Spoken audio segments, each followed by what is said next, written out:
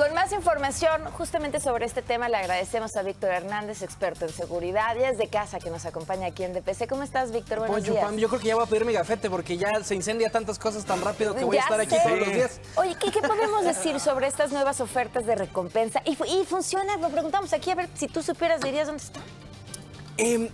A ver, hay que entender que estamos viviendo un punto mínimo, una crisis de confianza del gobierno norteamericano con respecto de la capacidad o de la voluntad que tiene el gobierno mexicano para combatir a la delincuencia organizada. Y hay una serie de medidas que se han ido adoptando en los últimos años que tienen que ver con esto. Primer acto, el presidente Donald Trump le pide al Departamento de Defensa que planee un borrador para sellar la frontera con México utilizando ya no solo a la Guardia Nacional norteamericana, sino al ejército regular.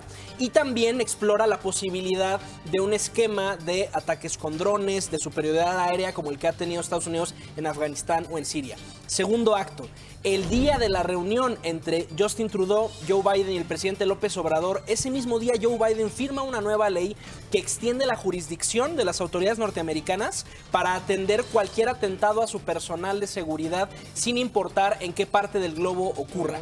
Tercer acto, tenemos una batería que implica no solamente la oferta de $5 millones por la captura de estos presuntos delincuentes, sino además una declaratoria de una emergencia nacional por la crisis del fentanilo.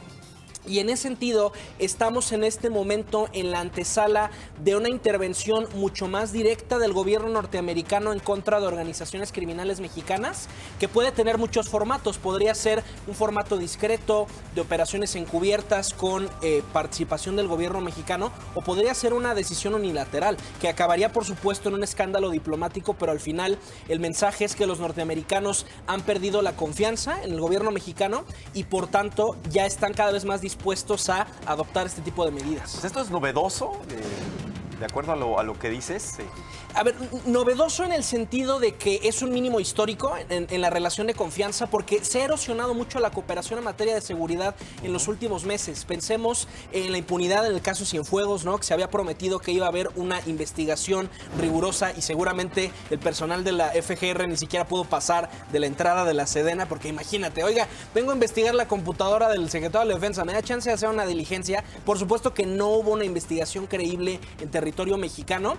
Tenemos además medidas que ha adoptado la Cancillería para antagonizar al gobierno de los Estados Unidos, la oferta de asilo a Julian Assange, la búsqueda de restablecimiento de relaciones diplomáticas con Corea del Norte, la propia demanda contra las armeras en los Estados Unidos. Entonces, sí estamos viviendo un momento de tensión muy característico de este sexenio y lo más probable es que vaya a haber una solución así en lo oscurito con operaciones encubiertas, pero sí llama mucho la atención que el presidente Joe Biden ha convertido esto uno de los temas centrales de su política exterior y que pues ya está, digamos, arropado con todo un marco jurídico para tomar medidas mucho más directas. Ahora, ¿qué tan probable es que cuando hacen estas ofertas de recompensas realmente funcionen y los puedan detener?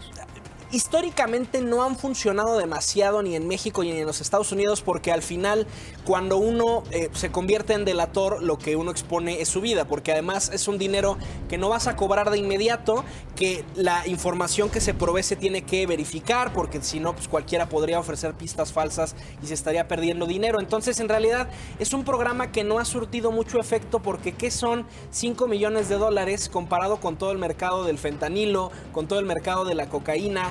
Y sobre todo porque al final lo que peligra es la vida del testigo cuando acude a este tipo de programas.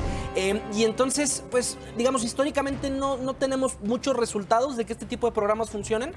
Y, pues bueno, realmente más bien lo que va a funcionar aquí son las otras medidas, además de la recompensa. La declaratoria de emergencia, todo este nuevo marco jurídico que el presidente Joe Biden está implementando a través de órdenes ejecutivas para poder tener acciones mucho más contundentes en territorio mexicano. Yo me acuerdo de cuando iba a Reino Aventura, a la feria que en el pueblo del oeste, no sé qué, te hacían unos carteles, ¿va? Así de que se busca por feo, ¿no? O sea, y lo vimos en las películas, pues tal cual esto. Pues muchísimas gracias. No, hombre, muchísimas gracias a ustedes. Mi Twitter, @arbitrus1805. Muchísimas gracias. Bueno, seguiremos contigo.